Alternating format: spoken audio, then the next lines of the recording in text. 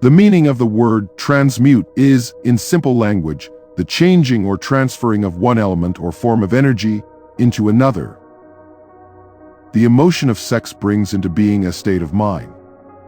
Because of ignorance on the subject, this state of mind is generally associated with the physical, and because of improper influences to which most people have been subjected in acquiring knowledge of sex, things essentially physical have highly biased the mind.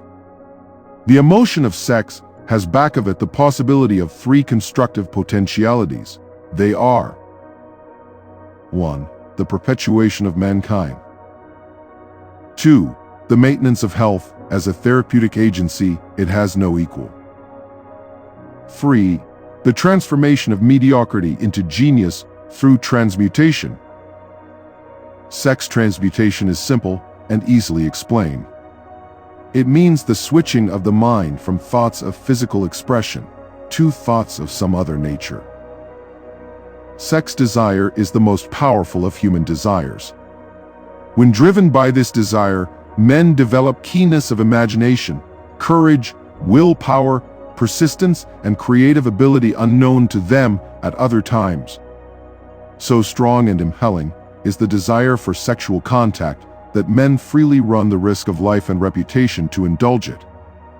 When harnessed and redirected along other lines, this motivating force maintains all of its attributes of keenness of imagination, courage, etc., which may be used as powerful creative forces in literature, art, or in any other profession or calling, including, of course, the accumulation of riches.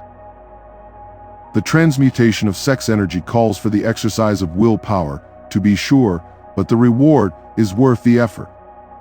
The desire for sexual expression is inborn and natural. The desire cannot and should not be submerged or eliminated, but it should be given an outlet through forms of expression which enrich the body, mind, and spirit of man. If not given this form of outlet through transmutation, it will seek outlets through purely physical channels. A river may be dammed and its water controlled for a time, but eventually it will force an outlet. The same is true of the emotion of sex. It may be submerged and controlled for a time, but its very nature causes it to be ever seeking means of expression. If it is not transmuted into some creative effort, it will find a less worthy outlet. Fortunate, indeed, is the person who has discovered how to give sex emotion an outlet through some form of creative effort, for he has, by that discovery, lifted himself to the status of a genius. Scientific research has disclosed these significant facts. 1. The men of greatest achievement are men with highly developed sex natures, men who have learned the art of sex transmutation. 2. The men who have accumulated great fortunes and achieved outstanding recognition in literature, art, industry, architecture, and the professions were motivated by the influence of a woman.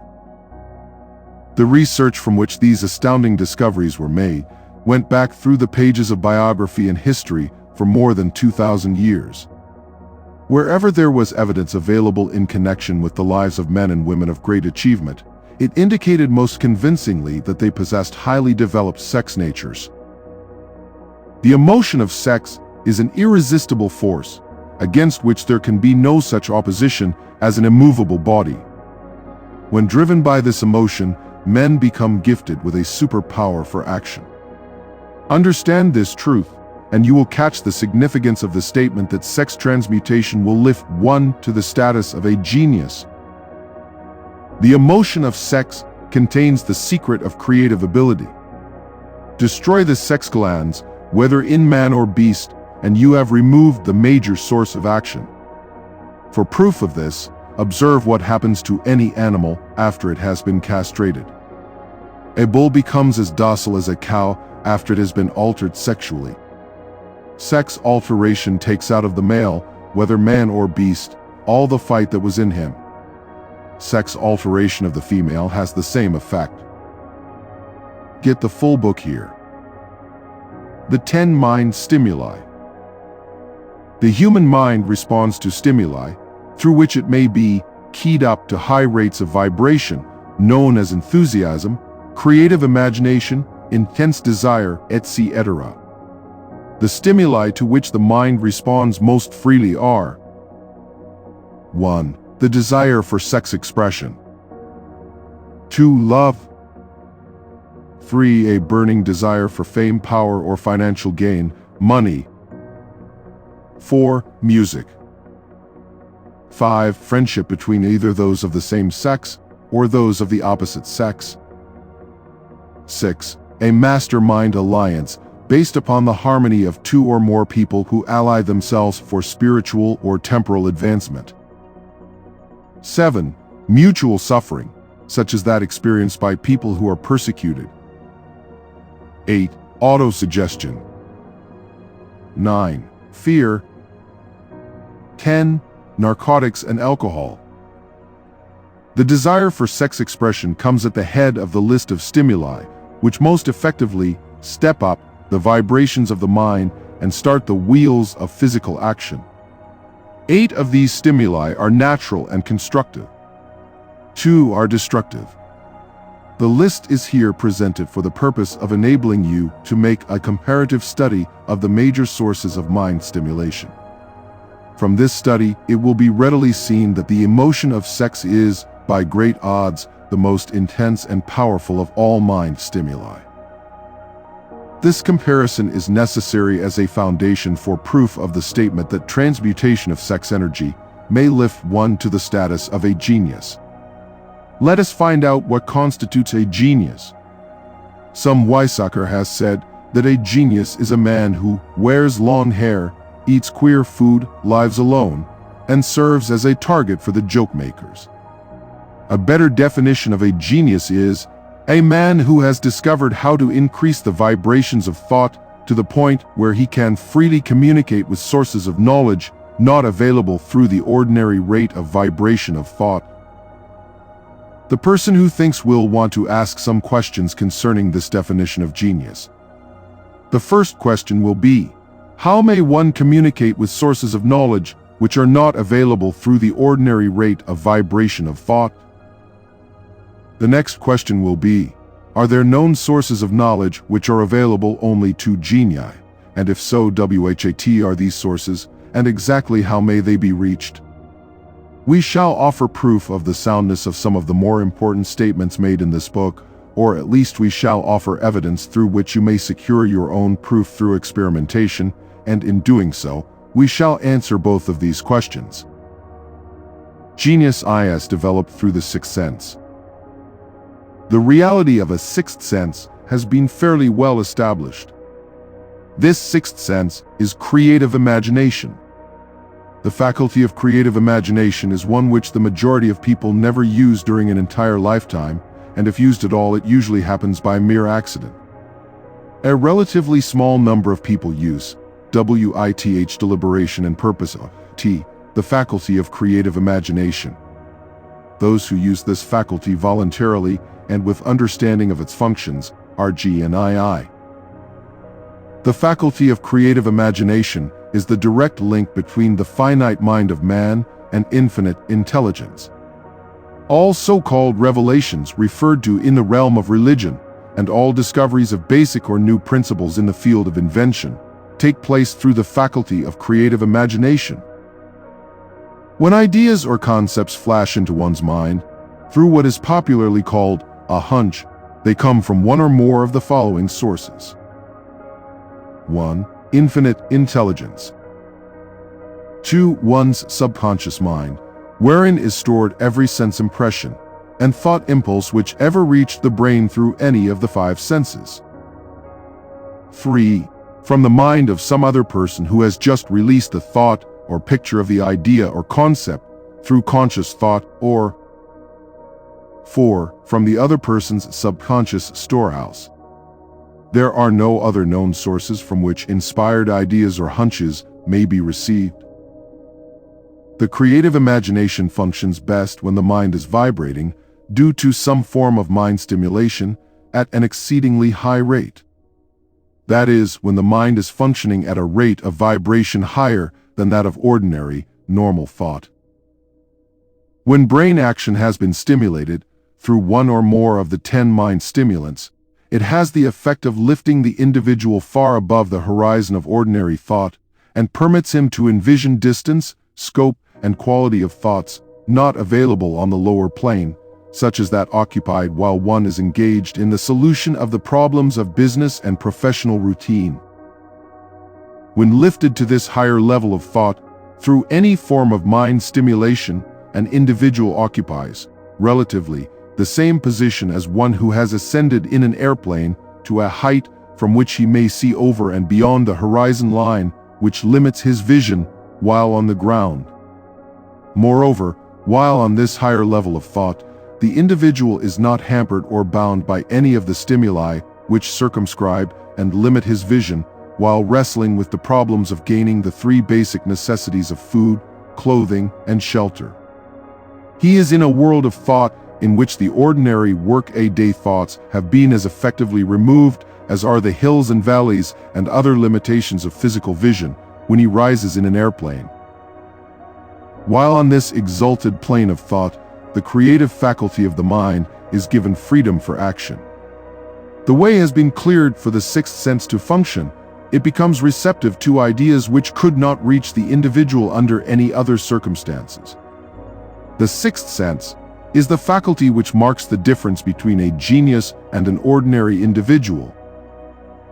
The creative faculty becomes more alert and receptive to vibrations originating outside the individual's subconscious mind.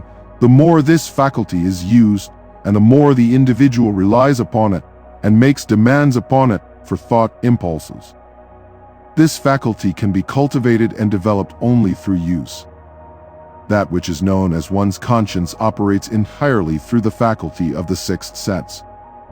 The great artists, writers, musicians, and poets become great because they acquire the habit of relying upon the still small voice which speaks from within through the faculty of creative imagination. It is a fact well known to people who have keen imaginations that their best ideas come through so-called hunches.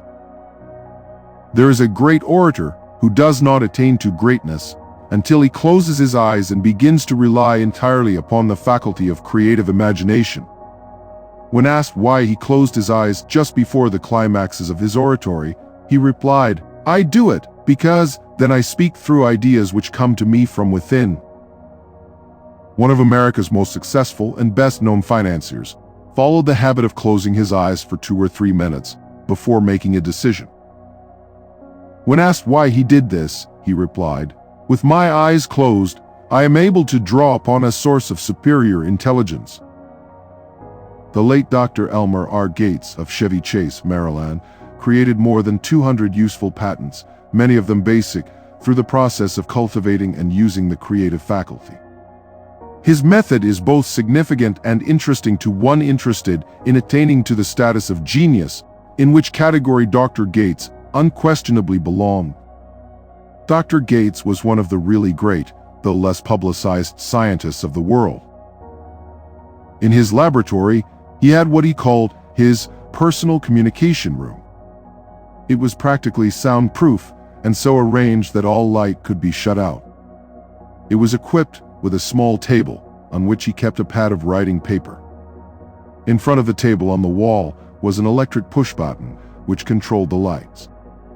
When Dr. Gates desired to draw upon the forces available to him through his creative imagination, he would go into this room, seat himself at the table, shut off the lights, and concentrate upon the known factors of the invention on which he was working, remaining in that position until ideas began to flash into his mind in connection with the unknown factors of the invention. On one occasion, ideas came through so fast that he was forced to write for almost 3 hours. When the thoughts stopped flowing and he examined his notes, he found they contained a minute description of principles which bade not a parallel among the known data of the scientific world. Moreover, the answer to his problem was intelligently presented in those notes. In this manner, Dr. Gates completed over 200 patents, which had been begun, but not completed, by half-baked brains. Evidence of the truth of this statement is in the United States Patent Office. Dr. Gates earned his living by sitting for ideas for individuals and corporations. Some of the largest corporations in America paid him substantial fees by the hour for sitting for ideas. Get the full book here.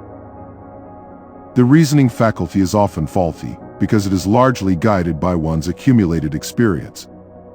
Not all knowledge, which one accumulates through experience, is accurate. Ideas received through the creative faculty are much more reliable, for the reason that they come from sources more reliable than any which are available to the reasoning faculty of the mind. The major difference between the genius and the ordinary crank inventor may be found in the fact that the genius works through his faculty of creative imagination, while the crank knows nothing of this faculty. The scientific inventor, such as Mr. Edison and Dr. Gates, makes use of both the synthetic and the creative faculties of imagination. For example, the scientific inventor, or genius, begins an invention by organizing and combining the known ideas or principles accumulated through experience, through the synthetic faculty, the reasoning faculty. If he finds this accumulated knowledge to be insufficient for the completion of his invention, he then draws upon the sources of knowledge available to him through his creative faculty. The method by which he does this varies with the individual, but this is the sum and substance of his procedure. 1. HE stimulates HIS mind SO, that IT vibrates on a H-IGHT-H-N average plane, using one or more of the 10 mind stimulants or some other stimulant of his choice. 2. HE concentrates upon the known factors, the finished part of his invention, and creates in his mind a perfect picture of unknown factors, the unfinished part of his invention. He holds this picture in mind until it has been taken over by the subconscious mind, then relaxes by clearing his mind of ALL thought and waits for his answer to flash into his mind. Sometimes the results are both definite and immediate. At other times the results are negative, depending upon the state of development of the sixth sense or creative faculty. Mr. Edison tried out more than 10,000 different combinations of ideas through the synthetic faculty of his imagination before he tuned in through the creative faculty and got the answer which perfected the incandescent light. His experience was similar when he produced the talking machine. There is plenty of reliable evidence that the faculty of creative imagination exists. This evidence is available through accurate analysis of men who have become leaders in their respective callings without having had extensive educations. Lincoln was a notable example of a great leader who achieved greatness through the discovery and use of his faculty of creative imagination. He discovered and began to use this faculty as the result of the stimulation of love which he experienced after he met Anne Rutledge, a statement of the highest significance in connection with the study of the source of genius. The pages of history are filled with the records of great leaders whose achievements may be traced directly to the influence of women who aroused the creative faculties of their minds through the stimulation of sex desire. Napoleon Bonaparte was one of these. When inspired by his first wife, Josephine, he was irresistible and invincible. When his better judgment or reasoning faculty prompted him to put Josephine aside, he began to decline. His defeat and Saint Helena were not far distant. If good taste would permit, we might easily mention scores of men, well known to the American people, who climbed to great heights of achievement under the stimulating influence of their wives, only to drop back to destruction after money and power went to their heads, and they put aside the old wife for a new one.